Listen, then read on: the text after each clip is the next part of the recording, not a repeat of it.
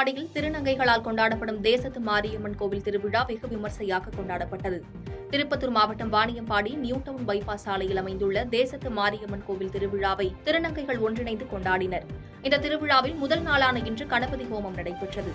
பின்னர் சக்தி கரகம் எடுத்து வாணியம்பாடியின் முக்கிய வீதிகள் வழியாக தீச்சட்டி எடுத்து ஊர்வலமாக வந்து கோவில் முன்பாக வைத்தனர்.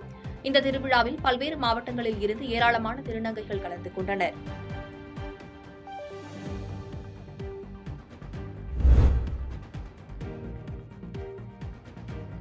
காரைக்குடி அருகே உணவு பாதுகாப்புத் துறையினர் திடீர் சோதனையில் ஈடுபட்டனர். சிவகங்கை மாவட்டம் காரைக்குடி சுப்பிரமணியபுரம் வடக்கு விஸ்தரிப்பில் குடிசை தொழிலாக முறுக்கு, மிக்சர், காராசேவு போன்ற நொறுக்கு தீனிகள் தயார் செய்து கடைகளுக்கு விற்கப்பட்டு வந்தது. இந்நிலையில் தரமற்ற எண்ணெயில் நொறுக்கு தீனிகள் தயார் செய்து விற்பதாக உணவு பாதுகாப்புத்துறை அதிகாரிக்கு தொடர் புகார்கள் வந்துள்ளது. இதனையடுத்து அக்கடையில் திடீர் சோதனை நடத்திய உணவு பாதுகாப்புத் துறையினர் காலாவதியான உணவுப் பொருட்களை பறிமுதல் செய்து அதனை அழித்து அபராதம் விதித்தனர்.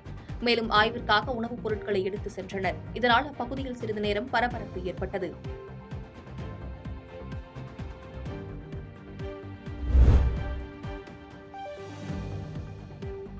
சின்னமனூர் அருகே ஊரணி குளத்தில் ஆக்கிரமிப்பு செய்யப்பட்ட விவசாய நிலத்தை காவல்துறை பாதுகாப்புடன் மீட்கப்பட்டது. தேனி மாவட்டம் சின்னமனூர் அருகே ஓடைப்பட்டி பேரூராட்சி பகுதியில் ஊரணி குளம் அமைந்துள்ளது. இந்த ஊரணி குளத்திற்கு மேகமலை அடிவார பகுதியிலிருந்து மழைக்காலங்களில் வரும் தண்ணீரை பயன்படுத்தி சுமார் 200க்கும் மேற்பட்ட ஏக்கர் நிலப்பரப்பில் வாழை, தென்னை, முருங்கை உள்ளிட்ட பல்வேறு காய்கறி பொருட்கள் விவசாயிகள் விளைவித்து வருகின்றனர். பல வருடங்களாக பராமரிப்பின்றி கிடந்த இந்த குளத்தினை சீரமைக்க விவசாயிகள் கோரிக்கை வைத்ததை தொடர்ந்து தற்பொழுது குளத்தை சீரமைக்கும் பணியானது நடைபெற்று வருகிறது. இந்நிலையில் 1 ஹெக்டேர் நிலப்பரப்புள்ள குளத்தில் அரை ஹெக்டேருக்கு மேல் தனிநபர்கள் பலர் ஆக்கிரமிப்பு செய்து விவசாயம் செய்து வந்துள்ளனர். இதனை அகற்ற தேனி மாவட்ட ஆட்சியர் மற்றும் நீதிமன்றம் உத்தரவிட்டுள்ள நிலையில் வருவாய்த்துறையினர் மற்றும் காவல்துறையினர் என அதிகாரிகள் முன்னிலையில் குளம் ஆக்கிரமிப்பு மீட்கப்பட்டது. பல வருடங்களாக ஆக்கிரமிப்பு செய்யப்பட்ட குளத்தின் நிலம் மீட்கப்பட்டதால் அப்பகுதி விவசாயிகள் மகிழ்ச்சியடைந்தனர்.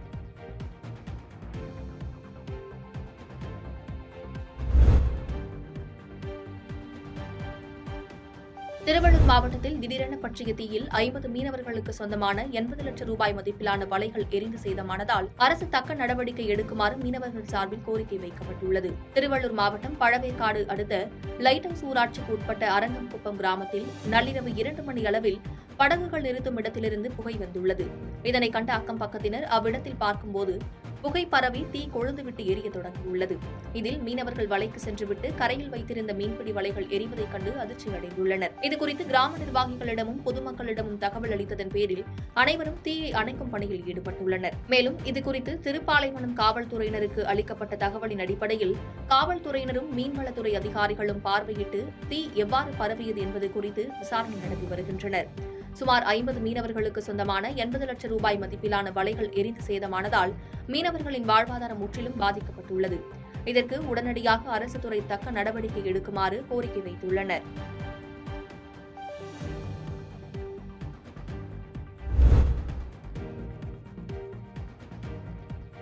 நாமக்கல் மாவட்ட ஆட்சித்தலைவர் தலைமையில் டெங்கு தொற்றுநோய் தடுப்பு மற்றும் முன்னெச்சரிக்கை நடவடிக்கைகள் குறித்து ஆலோசனைக் கூட்டம் நடைபெற்றது. நாமக்கல் மாவட்ட ஆட்சியர் அலுவலக கூட்டரங்கில் மாவட்ட ஆட்சித்தலைவர் ச. உமா தலைமையில் டெங்கு தொற்றுநோய் தடுப்பு மற்றும் முன்னெச்சரிக்கை நடவடிக்கைகள் குறித்து ஆலோசனைக் கூட்டம் நடைபெற்றது.